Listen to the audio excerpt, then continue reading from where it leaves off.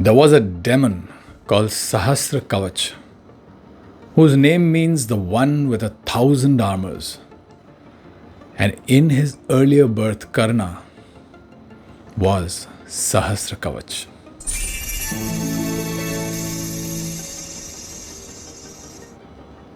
I will get to the final hours of Karna, his battle with Arjuna on the 17th day of Kurukshetra, just in a second. Let me quickly tell you about Sahasra Kawach, the Asura.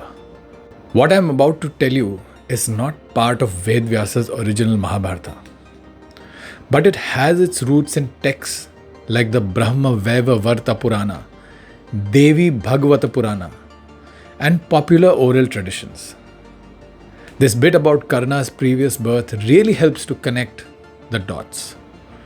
Sahasra Kawach, the demon with 1,000 divine armors, was blessed by the gods after intense penance, and he could not be slain as long as even one of those armors remained. But each time one armor was broken, the attacker would die instantly. Only the divine sages Nara and Narayana, eternal incarnations of Arjuna and Krishna, accepted this impossible task. In lifetime after lifetime, they took turns. One would battle and perish to break an armor, while the other meditated and prepared for the next. 999 times they were reborn. And finally, when only one armor remained, Sahasra Kavacha was reborn as Karna. And the divine duo is Arjuna and Krishna. When Karna gave away his kavach and kundala to Indra in a moment of selfless charity, he was not just surrendering his protection, he was fulfilling an ancient karmic cycle, laying down the last of his 1,000 defenses. Karna was actually a soul on a long karmic journey of purification. Let us now get back to the battle of Kurukshetra. It is the 17th day, the war dawned with blood in the air and vengeance in every heart. Duryodhana, broken by the death of Dushasana at Bhima's hands, turned to his final hope, Karna, now appointed commander-in-chief after the fall of Bhishma and Drona. Today was the day Karna would finally face Arjuna, his lifelong rival. Before I continue, let me tell you that these stories that I bring to you come from belief, folklore and tradition, some from ancient holy texts, others that have been retold over time. My aim is to share the magic, not to do a scholarly debate on manuscripts. Listen with your heart and immerse yourself in the small corner of spirituality and wonder, a refuge from an online world that often feels too materialistic and harsh. The man he had long vowed to defeat, Karna, had already wreaked havoc. He had routed large parts of the Pandava army and slain several key warriors. The stage was being cleared for the inevitable. Arjuna, mounted on Krishna's chariot, looked across the field and saw Karna shining like a second sun, his bow Vijaya in hand, golden armor glistening, his charioteer Shalya reluctantly guiding him. Now Shalya, the king of Madra and uncle to the Pandavas, was actually tricked by Duryodhana into joining the Kaurava side. Though bound by honor, his heart remained with dharma. Forced to be Karna's charioteer, he demoralized Karna subtly, praising Arjuna and questioning Karna's fate. At Krishna's urging, Shalya served as Karna's charioteer, but he ever reminded Karna that for all his valor, he stood on the wrong side. On that morning, Karna's son, Ashwasena, had fought fiercely, but Arjuna killed him swiftly, fueling Karna's rage beyond measure. The two warriors now moved towards each other like comets set on collision. As they faced off, Karna and Arjuna began hurling divine weapons, astra after astra, the sky itself trembling with their force. Karna launched the Bhargava astra, taught to him by Parshurama. Arjuna countered with a Vayavya astra, dispersing the other astra like mist before wind. Arjuna invoked the Indra astra, blinding with light. Karna parried with the Shaurya astra, invoking the power of the sun. Their chariots circled, collided, retreated. The horses veered and reared. The sky darkened. The battlefield fell silent, as if watching a dance too divine to disturb. Throughout the duel, Krishna remained composed. He watched Karna's every move, not as an enemy, but as destiny's charioteer. He reminded Arjuna mid-battle, do not underestimate him. He is no less than you. But his path has diverged from dharma. Suddenly, Karna drew his most lethal weapon, Nagastra, a serpent-headed arrow of impossible speed and deadly aim. He invoked the proper mantras and launched it directly at Arjuna. The arrow would have killed Arjuna instantly. It was at this moment that Lord Krishna protected Arjuna from the serpent-headed arrow launched by Karna. Mind you, this arrow was no ordinary weapon. It was the Nagastra, infused with the spirit of Ashwasena, a fierce serpent, a Naga, who had survived the burning of the Khandava forest and held a grudge against Arjuna for the death of his mother. Karna fired this Nagastra with full force. As the deadly arrow flew towards Arjuna, Krishna sensed its supernatural power. With divine precision, Krishna pressed his foot down, causing the chariot to sink slightly into the earth, and the arrow missed Arjuna's head by a hair's breadth. Instead, it struck his divine crown, the Kirita, a divine ornament gifted by Lord Indra, made by Brahma himself, radiant, perfumed, invincible even to the weapons of Shiva and Kubera. The crown, crafted from radiant gold and encrusted with gems, which could not be destroyed by the weapons of even the gods, was ripped away from Arjuna's head with great force. It was as if the red disk of the sun had fallen from the sky. The brilliant crown blazed as it hit the earth with a thunderous crash. Despite losing the crown, Arjuna remained composed. He wrapped his flowing hair with a white cloth and stood like a mountain peak bathed in sunlight, undaunted, radiant, and ready to fight.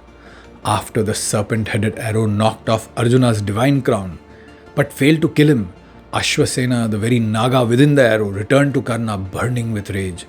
Furious at his failure, Ashwasena demanded, "You did not release me properly, Karna. Had you done so with full precision, I would have destroyed Arjuna. Now aim carefully and release me again. This time I will finish what I started. I will kill your enemy." Karna turned to him and asked, "Who are you that you possess such a terrifying form and such deep hatred for Arjuna?" Ashwasena replied, "I am a serpent, a Naga. Arjuna burned my mother alive in the Khandava forest. Since that day I have harbored vengeance in my heart. Even if Indra himself comes to protect him, today Arjuna will die." But Karna, the son of the sun god, and a warrior bound by his own code, refused. He said, "I do not win battles with the strength of others. I may have the power to slay 100 Arjunas, but I'll never strike the same arrow twice. I have my own serpent arrow. I have skill, effort, and rage enough to defeat him. You are free to leave." Ashwasena was outraged. He hissed, unable to tolerate Karna's rejection. With burning resentment, he revealed his true form and, filled with vengeance, attacked Arjuna directly, this time unaided. As Ashwasena flew through the sky, his body blazing like a comet, Krishna turned to Arjuna and said, "This serpent is your enemy. Kill him before he reaches you." Arjuna asked, "Who is this being who dares face me like this?" Krishna said, "This is the same Naga who survived the Khandava forest fire. When you helped Agni devour that forest, his mother tried to protect him by hiding him in her mouth. You killed her, thinking she was just another serpent. He escaped through the sky and has waited all this time to avenge her death. Now he returns to kill you." Seeing the glowing serpent streak towards him like a falling meteor, Arjuna turned his eyes burning with focus. Drawing his bow, the Gandiva, he released 6 razor-sharp arrows slicing through the sky with divine speed. Each arrow found its mark. Ashwasena was shredded into pieces in midair, his body torn apart by Arjuna's skill and Krishna's warning. Fell lifeless to the ground. The serpent's long-awaited vengeance died with him. Enraged by the death of Ashwasena, Karna unleashed a storm of arrows.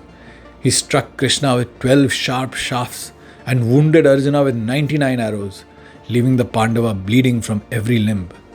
Then, with a roar like a lion, Karna let out a mocking laugh, his pride swelling with every drop of bloody dew. Arjuna, silent but seething, could no longer bear it. He knew Karna's weak points, his vital spots, the precise places where even a warrior like Karna could be broken.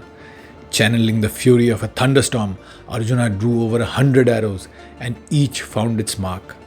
Karna staggered, blood flowed from his chest, painting him red like a mountain wrapped in red blossoms and sandalwood trees. Arjuna followed with 90 more arrows, each one glowing like Yama's staff. They struck Karna with such force that his ornate crown, his divine earrings, and his legendary armor, all gifts of the gods, were shattered and fell to the earth. The very armor crafted by master artisans over years of effort now lay in pieces, destroyed in mere moments by Arjuna's divine astras. Wounded beyond measure, Karna's body burned with pain. He gasped, trembling like a man struck by fever, his strength waning. Yet still he fought. Arjuna, without pause, rained down countless more arrows, sharp, fierce, and thunderous. They pierced Karna's vital points deeply. His body bled like a crimson river, and he resembled a blood-soaked mountain. Arjuna now loosed a divine arrow with golden feathers, iron-tipped and glowing like fire. It struck Karna's chest with the power of Kartikeya's lance, tearing through flesh and armor alike. Reeling, Karna dropped his bow. His grip loosened. He collapsed onto his chariot, fainting from the pain. But Arjuna, a man of honor, did not strike him then. Krishna, however, spoke urgently. Parth, why do you hesitate? Wise men don't wait for the enemy to rise again. End this now. Kill Karna before he regains his strength. This is not cruelty, it is dharma. Still Arjuna hesitated. Karna, regaining consciousness, steadied himself once more. With sudden effort, he shot arrows with snake-like fury. 12 at Krishna, more than 100 at Arjuna. One by one, Karna began snapping Arjuna's bowstrings, cutting the first, then the second, all the way to the 11th. But Arjuna, the unmatched archer, replaced each string instantly, faster than the eye could follow. Karna never realized there were 100 spare strings tied to the Gandiva's frame. The battle continued in a haze of divine steel and fire. Arjuna invoked a Rudra Astra, terrifying flame-tipped weapon. But just as he prepared to release it, the earth swallowed Karna's chariot wheel. As the battle raged with fury, Karna prepared to unleash a final deadly Brahmastra. But at that very moment, the left wheel of his chariot sank into the earth. This was no ordinary mishap. It was Bhudevi's curse returning with precision. Karna jumped down, frantically trying to lift the wheel with both hands. He groaned as he pushed against the earth. His arms trembled, his body, once unstoppable, now strained against fate itself.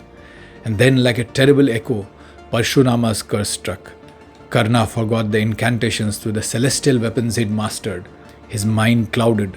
The Brahmastra faded from memory. A divine voice whispered through the battlefield, "The time of Karna's end has arrived." The wheel remained stuck. The power had left him. The gods were silent. As Karna struggled to lift his sunken chariot wheel, he cried out, "O mighty son of Kunti, wait for a moment. Let me raise my chariot wheel. It is stuck in the earth. Arjuna, Krishna, in the name of dharma, let me set my wheel right." Karna, even as he pleaded, held his head high. But the wheel would not rise. From the chariot, Krishna spoke, not as a friend, but as dharma itself. "Karna, now you speak of justice.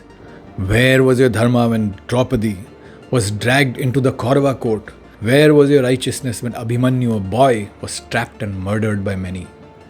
When Bhima was poisoned, when Kunti and her sons were almost burnt alive in Lakshagriha, did you speak of fairness then? You laughed when Draupadi was insulted. You called her names. You sided with Duryodhana in every act of adharma. And now in your hour of death, you ask for the rules to protect you." Krishna's voice shook the battlefield. "This is not injustice, Karna. This is justice returning, exactly as you delivered it to others." With his chariot trapped, his weapons forgotten, and Krishna's words still echoing, Karna stood exposed. Krishna turned to Arjuna and commanded, "Now, Parth, end this before he rises again. Let him not take breath once more." Arjuna, his eyes burning with divine purpose, invoked the Anjalika Astra, the same weapon that only the highest warriors could summon. Its fire burned with the wrath of dharma. He released it. The arrow, forged in divine light and justice, flew like a judgment. It struck Karna's chest and severed his head from his body. The earth fell silent. The sun paused. And Karna, the cursed, the noble, the flawed, the invincible, fell. Not with shame, but with a silence that whispered both tragedy and release. As Karna's body collapsed, severed from its noble head, the earth trembled and the skies darkened. The battlefield, once echoing with the clash of weapons, fell into a stunned, reverent silence. Lord Krishna, seated upon the chariot, descended and lifted the sunken chariot from the earth with his divine arms, as if raising the weight of karma itself from the ground. It was not for Arjuna's sake alone, but for the dignity of the moment and the man who had just died. Despite being slain, Karna's face still glowed, a radiance inherited from Surya, the sun god, his true father. His body, though pierced and battered, retained the aura of a warrior whose soul had carried a lifetime of burden, loyalty, and silent pain. Krishna then ordered that Karna be cremated with full honors, like a Maharathi, a great warrior, not as a charioteer's son, but as the eldest son of Kunti, the firstborn of the Pandavas. The brother Arjuna had unknowingly slain. Later, when the truth was revealed, when Kunti in trembling voice told Yudhishthira and the Pandavas that Karna was their own blood, their own, the grief was unbearable. Yudhishthira cursed his mother, not out of anger but devastation. Had I known he was our brother, we would have never fought him. We would have never allowed this war. Arjuna stood shattered, the memory of every arrow he had loosed now echoing with a new meaning.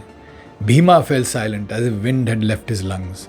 Only Krishna remained still, for he had known, and he had done what must be done for dharma, for the world, for the greater order that even sorrow must sometimes uphold. Karna's fall was not merely a death, it was a release of a soul chained by loyalty, pride, and fate. He lived his life in truth, yet stood on the side of untruth. He was generous beyond kings, but fought for a throne that was not his. He knew of his divine origin and still chose silence. He died not because he was weak, but because his dharma stood misaligned with the eternal truth. In our own lives, we too wear armor made of pride. We carry vows that might bind us to the wrong causes. And sometimes even great power fails, not because it wasn't strong, but because it wasn't right. Karna reminds us of a very subtle truth. If you are noble but not aligned to the truth, you are not following the path of dharma. If you enjoyed this retelling of our Itihasa, do like, share and subscribe to Up on Top, as that is what drives us to bring you more videos like this one. Until next time.